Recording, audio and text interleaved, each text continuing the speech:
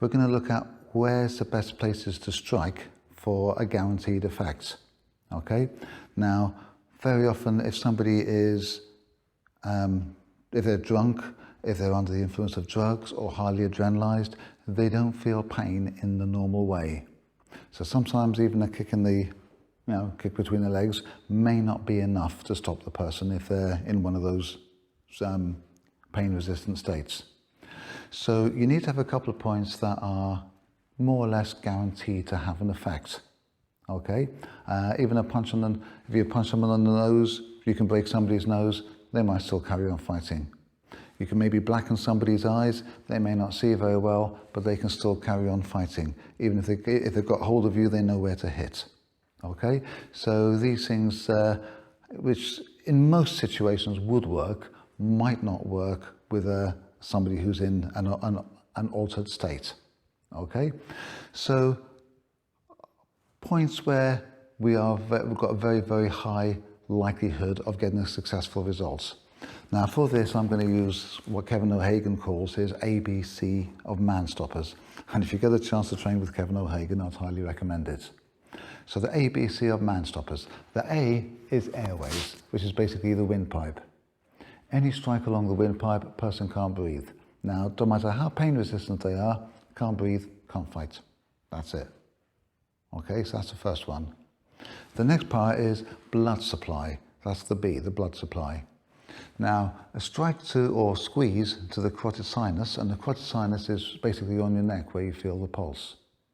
A strike or a squeeze there sends a message to the brain saying there's too much blood pressure. The blood pressure might damage the brain. The brain will say, oh, I don't want to be damaged, so it will rapidly close down the heartbeat. Okay, really slow the heartbeat down very rapidly. So less oxygenated blood will get back up to the brain. So not enough oxygen to the brain, the person will pass out. Again, it doesn't matter how pain resistant they are, how kind of adrenalized, how drunk, how high on drugs, not enough oxygen to the brain, they pass out. Okay? The next part, that's the A, airways, B, blood supply, C is consciousness. Now, where to hit somebody with a fairly reliable chance of creating unconsciousness or taking away their consciousness. And it's basically along the jawline. Now, the brain is in a sac of fluid inside the head. A strike to the chin or the jawline, the head goes flying back.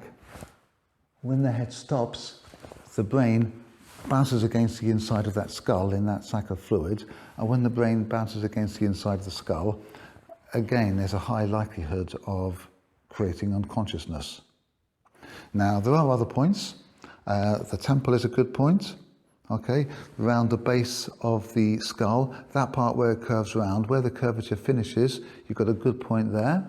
And also just out a little bit, halfway between the spine and the outside, a couple of points there as well. Strikes there, again, quite a high chance of unconsciousness. Although I will say what I like about the jawline, the carotid sinus and the airways is they're all fairly close together. So if you miss one, you get another one, right? Now, it's worth to bear in mind that these are quite dangerous points. Okay, if you knock somebody unconscious and they hit their head on the ground, on the concrete, they may end up with a broken skull.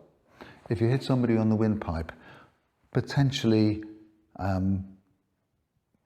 you could kill them, okay, if you hit too hard on the windpipe. So these have got to be for the worst case scenarios, where it is dangerous, where the person is a very, very serious threat to you. Not where somebody's pushed in front of you in a queue or they've insulted you or anything like that. These are for the worst case scenarios when the person is a serious danger and a serious threat to you. Because again, you might have to justify this in the courtroom. Okay?